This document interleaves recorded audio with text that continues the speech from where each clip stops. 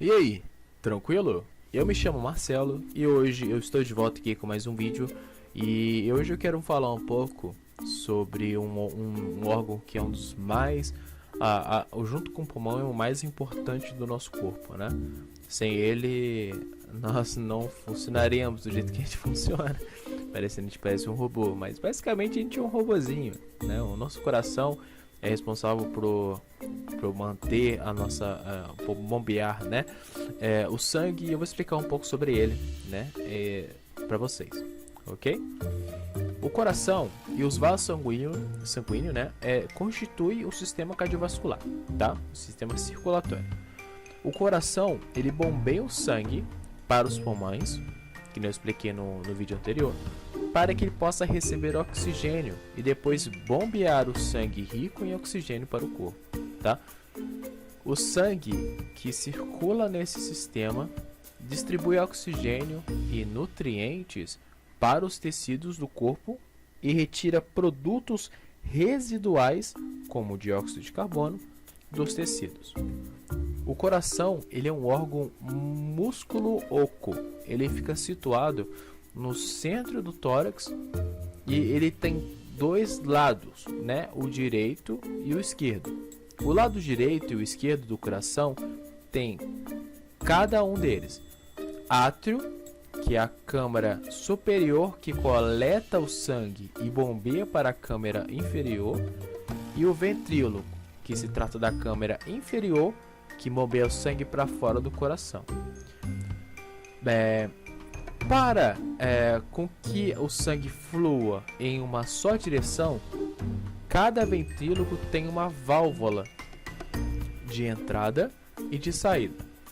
No ventrículo esquerdo, a válvula de entrada é a válvula mitral e a saída é a válvula aórtica, né? Do ventrículo direito, a válvula de entrada é a válvula tricúspide, né? E a de saída é a válvula pulmônica, né? A famosa válvula pulmonar.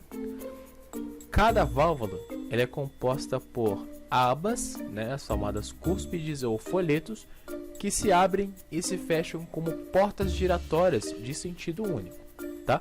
A válvula mitral ela possui duas cúspides. As demais válvulas tricúspides, aórtica e pulmonar, possuem três. As grandes válvulas de entrada, a mitral e a tricúspide, possuem ligamentos, constituídos pelos músculos papilares e cordões de tecidos. Para impedir que essas válvulas prolapsem para dentro dos átrios, por causa disso. Se o músculo papilar sofreu algum dano, como causado por algum ataque cardíaco, né? A válvula ela pode sofrer um prolapso e começar a vazar, chamado de regurgitação. Corrigindo. Se a abertura de uma válvula estiver estreitada, chamamos de estenose. O fluxo de sangue através da válvula será reduzido, tanto vazamento como estreitamentos pode ocorrer na mesma válvula, tá? Os batimentos cardíacos são uma evidência de que o coração está bombeando. Os médicos muitas vezes descrevem o som do batimento cardíaco como forte ou fraco, tá? Ao ouvir o batimento cardíaco com um estetoscópio, o primeiro som que dá para ouvir é o mais forte e o som das válvulas mitrais e o tricúspide se fechando. O segundo mais fraco é o som das válvulas aórticas e a pulmônica se fechando. Cada batimento apresenta duas partes, né? Nós chamamos de sístole e o diástole, né? Basicamente, eu peguei uma forma de gravar essas duas palavras, sístole e diástole, é o seguinte: diástole é quando o seu coração enche de sangue, tá? E basicamente o sístole é quando ele expulsa o sangue, tá? Basicamente é isso, tá? Então assim, o diástole durante a diástole os ventrículos eles relaxam e se enchem de sangue. Assim os átrios se contraem, forçando a entrada de mais sangue nos ventrículos, tá? A sístole, durante a sístole, os ventrículos se contraem e bombeiam o sangue para fora do coração, e os átrios se relaxam e começam a se encher de sangue novamente, entendeu? Qual que em si é a função do sangue? A única função do coração é simplesmente bombear sangue. O lado direito do coração bombeia o sangue para os pulmões, onde o oxigênio é adicionado ao sangue e o dióxido de carbono é eliminado pela hematose. O lado esquerdo do coração bombeia o sangue para o resto do corpo, onde o oxigênio e nutrientes são fornecidos para os tecidos e os resíduos, como o dióxido de carbono, são transferidos para o sangue para serem removidos por outros órgãos como pulmões e o rim, tá? Bom, eu quero explicar um pouco sobre como que é a trajetória do sangue, né? Como que ele passa no coração, como que é o percurso todo para transformar o gás carbônico em oxigênio, tá? O sangue ele faz a seguinte trajetória: o sangue é proveniente do corpo, pobre em oxigênio, ele é carregado de dióxido de carbono, né? Ele flui através das suas veias maiores, a veia cava superior e a veia cava inferior, que em conjunto são chamadas de veias cavas, né, para o átrio direito.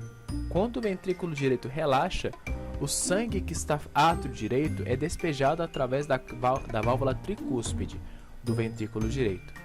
Quando o ventrículo direito está quase cheio, o átrio direito se contrai, enviando sangue adicional para o ventrículo direito, que se contrai em seguida.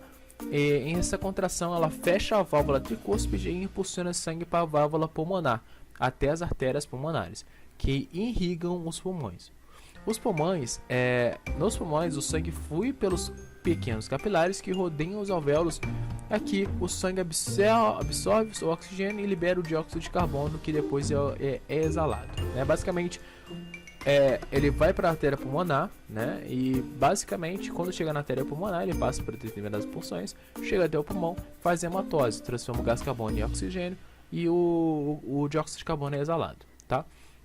O sangue proveniente dos pulmões, agora que ele está rico em oxigênio depois de fazer hematose, ele circula pelas veias pulmonares até o átrio esquerdo, tá? Quando o ventrículo esquerdo relaxa, o sangue do átrio esquerdo passa para o ventrículo esquerdo através da válvula mitral, tá?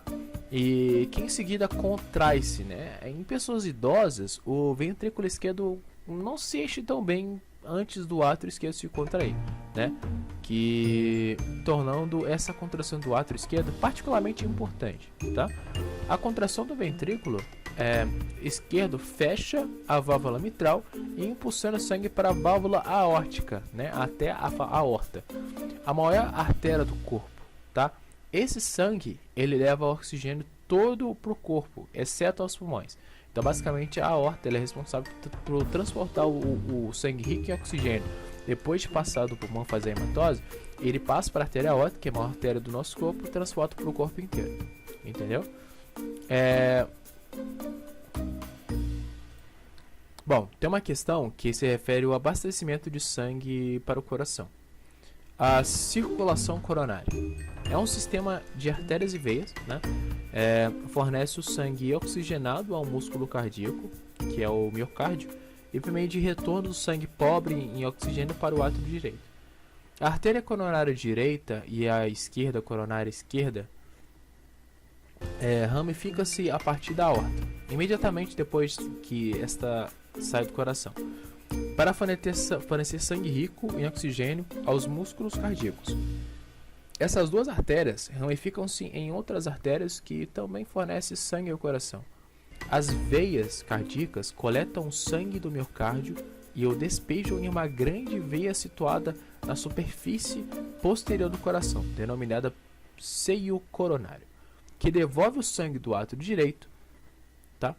Devido à forte pressão exercida sobre o coração quando este se contrai, a maior parte do sangue flui através da circulação coronária, apenas enquanto os ventrículos estão se relaxando entre os batimentos durante a diástole, tá? Bom, agora que explicamos um pouco sobre o nosso querido amigo e mais importante coraçãozinho, eu quero falar um pouco sobre as doenças que acometem o coração, tá? E o porquê. Vou começar aqui pela doença arterial coronariana. Ele também é chamado de aterosclerose coronariana.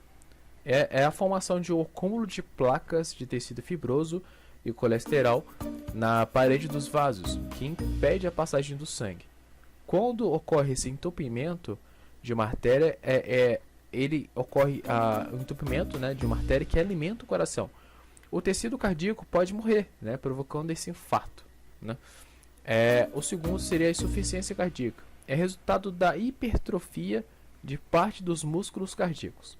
É responsável pelo bombeamento do sangue. Por diversas causas, a região interna do órgão pode ficar maior e mais grossa, ocupando o espaço que deveria servir de passagem do sangue. Com isso, o coração não consegue bombear e a quantidade necessária do sangue para o organismo.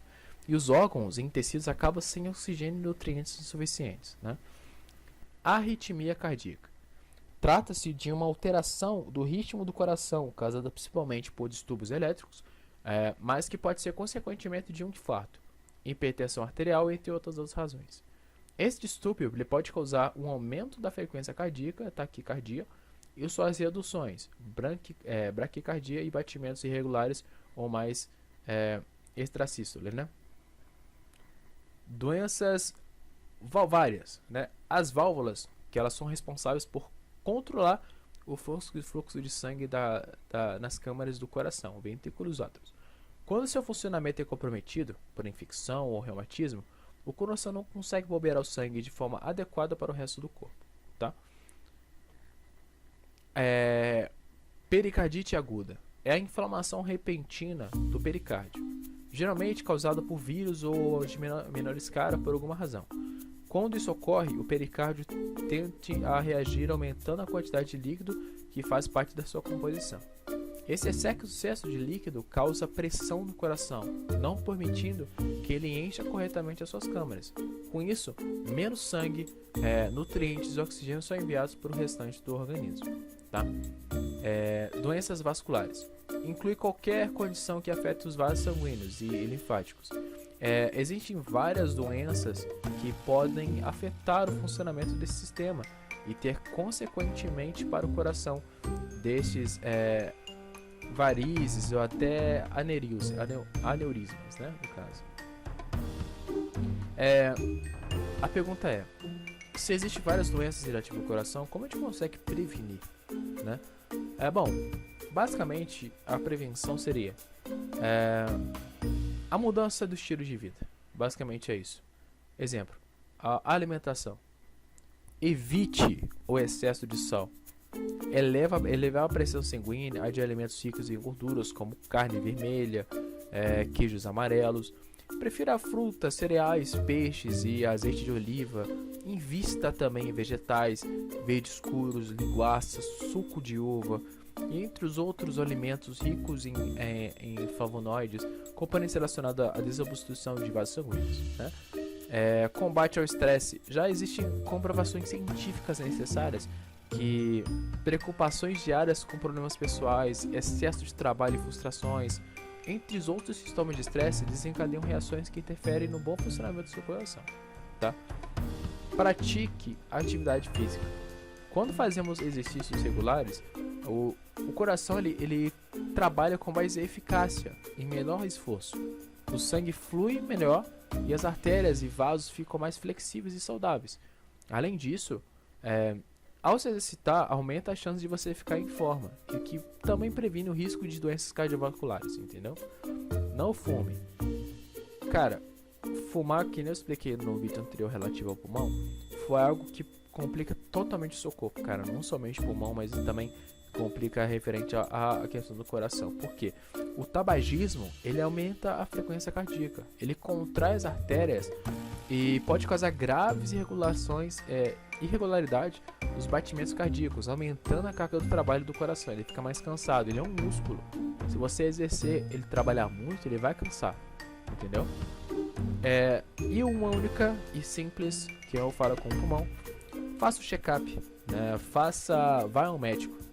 Vá ao médico regularmente. Quanto antes você descobrir algum problema relativo ao coração, maiores são as chances de cura. Hoje, há inúmeros exames capazes de diagnosticar, até mesmo antecipar futuras doenças cardíacas. E os especialistas em doenças do coração é o cardiologista, famoso, beleza? Bom, galera, eu expliquei um pouco sobre o coração. Agora, bom, eu vou falar um pouco sobre o rim, tá? Acabei de falar um pouco sobre o coração. Agora eu vou explicar um pouco sobre o rim, falar sua função, as doenças que acomete ele mesmo, explicar um pouco sobre ele, bem rapidinho. Uns 10 minutinhos. Show? Já volto. E aí, tranquilo? Estamos de volta. Eu vou falar um pouco sobre o rim, tá? Explicar um pouco sobre a função deles, seria relativa à estrutura. A estrutura é um pouquinho mais complexo, mas eu vou explicar um pouco por cima, falando um pouco sobre ele, e explicar as doenças que acometem o mesmo, tá? Os rins são órgãos de sistema urinário relacionado, entre outras funções, com o controle da concentração da substância do nosso sangue, tá? Nos rins, a urina ela é formada, mas precisamente nos néfrons. Suas unidades funcionais, tá? Com aparência, ele tem uma aparência de um feijãozinho. Um feijão, ele parece um feijão mesmo. Os rins são encontrados em número de 2 no nosso organismo e apresentam duas regiões bem definidas, o córtex e a medula, tá? Os rins, eles são fundamentais para o funcionamento adequado do nosso corpo, sendo necessário cuidados para garantir seu bom funcionamento. Dentre tais medidas, destaca-se a ingestão de água e o consumo reduzido de sais. A insuficiência renal e os cálculos renais são dois problemas, que podem também afetá-los os rins, tá? A estrutura. Com esse formato semelhante às dois feijões, né? Ele fica localizado na região de trás do peritônio periantal, contra os músculos da parede abdominal, posterior e acima da cintura, devido à localização do fígado, tá? Geralmente o rim direito, ele apresenta-se um pouco mais baixo que o esquerdo. Em média, o rim humano apresenta cerca de 10 centímetros, mais ou menos, tá? Cada rim ele é envolvido por 3 cápsulas, que recebem o nome de verdadeira, a gordura perirenal e a fáscia renal. Todo rim ele é revestido pela cápsula verdadeira, que é uma membrana fibrosa intimamente colada à superfície do órgão, ligando o rim aos tecidos circunvizinhos. Encontra-se a fáscia renal, que é uma fina camada fibrosa. Entre a fáscia e a cápsula verdadeira encontra-se o tecido adiposo, que é a gordura perirenal, tá? O rim ele apresenta de um lado convexo e um lado côncavo, sendo que nessa última superfície encontra-se uma fissura que recebe o nome de hilo, tá? É no hilo que entram e saem os vasos, os nervos e os úteres, tá? O rim apresenta uma camada central com uma coloração mais escura, chamada de medula, e uma camada periférica mais clara, chamada de córtex. Essas duas regiões recebem o sangue pela artéria renal e são drenados pela veia renal. Tá? Existe ainda uma estrutura chamada de pelve renal, responsável pela coleta da urina. A pelve ramifica-se em direções à medula, formando cálices maiores e cálices menores. Tá? Na medula renal, encontramos as pirâmides renais, tá? Estruturas que possuem formato de cone. A base de cada pirâmide é voltada para o córtex, e a ápice, né, termina em uma pápila que desemboca no cálice menor. O córtex estende-se da cápsula verdadeira até a base das pirâmides renais e também encontra-se entre essas estruturas formando as colunas renais, né? Os néfrons, eles são as estruturas funcionais do rim, tá? Em que ocorre a filtração do sangue e a formação da urina. Cada néfron é formado por um corpo renal e um túbulo, tá? O corpúsculo consiste em um emaranhado de capilares envolvido por uma estrutura chamada de cápsula glomerular, ou cápsula de Bowman, também chamado. Dessa cápsula sai um grande túbulo, chamado de túbulo néfrico, que pode ser dividido em túbulo contorcido proximal, alça de Henle, tá? Também chamado de segmento intermediário, e túbulos contorcidos, tá? Distal. Em cada rim, existe cerca de 600 mil a 800 mil néfrons, tá? Alguns autores ainda afirmam que este número pode chegar até 1 milhão. Ok? Explicamos um pouco sobre a função, a estrutura, agora vamos falar um pouco sobre a função desses rins. Eles são responsáveis por garantir a excreção e a osmorregulação, o controle da concentração de sais e tecidos das células. São eles que retiram os produtos do metabolismo celular da célula e as substâncias que se encontram em quantidade muito alta no nosso organismo. Ele garante, portanto, a homeostase dos líquidos corporais, ou seja, o equilíbrio. O rim ele garante a retirada desses produtos por meio da formação da urina, que ocorre nos néfrons, né? Nos glóbulos vermelhos, nos glomerulos, e o sangue encontra-se em alta pressão, que faz com que a parte do plasma sanguíneo saia deles e passe para o interior da cápsula aglomerular. Tá? Neste processo, conhecido como infiltração, temos a formação do chamado filtrado, bastante semelhante ao plasma. O filtrado então segue pelo túbulo néfrico, onde a reabsorção e a secreção de substâncias finalizam o processo de formação da urina. Explicamos um pouco sobre a função. Eu quero falar um pouco relativo às doenças, né, que pode acometer o nosso rim. Diversos problemas podem afetar o nosso rim, tá? Causando alguns sintomas como inchaço nas pernas, dificuldade de urinar, dor ao urinar, aumento de micções durante a noite, sangue com urina e dores nas lombares. Entre as principais doenças renais conhecidas estão o cálculo renal, né? O cálculo renal, algumas pessoas não podem conhecer, mas normalmente ele é popularizado, ele é popularmente conhecido como pedra nos rins, né? Com certeza você conhece alguém que teve pedra nos rins, né? E é cálculo renal. E por que como assim pedra nos rins? Como essa pessoa acumula pedra nos rins? Como que isso funciona? Basicamente, ele é resultado de um acúmulo de algumas substâncias, como o cálcio e cistina, dentro dos rins, né? Ou de canais urinários. Diversos fatores estão relacionados com a formação de cálculos, né? Dentre os quais podemos citar a alimentação inadequada, a hereditariedade também pode ser considerada, a baixa ingestão de água também. Bom, a insuficiência renal aguda, né? O que se trata? Ela caracteriza pela a perda da função renal de forma súbita, basicamente.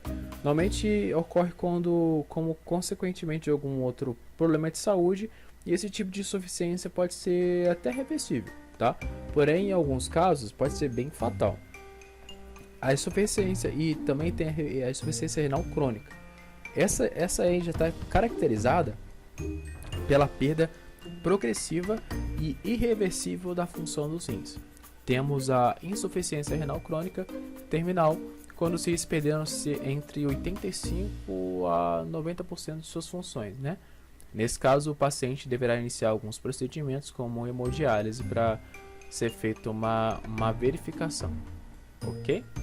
E basicamente, galera, esse vídeo foi básico explicando sobre o coração e o rim, tá? Eu tenho um vídeo anterior que eu expliquei um pouco sobre o pulmão e o fígado. Eu estou postando vídeos relativos a cada órgão, falando um pouco sobre sua função, as doenças que acometem o mesmo, né, para dar uma olhadinha, explicando um pouco sobre a sua estrutura, explicando um pouco por cima, porque cada um desses órgãos que é esclarecido, eles são bem detalhados, né? Existem várias especificações que conseguem ser estudadas sobre eles, entendeu?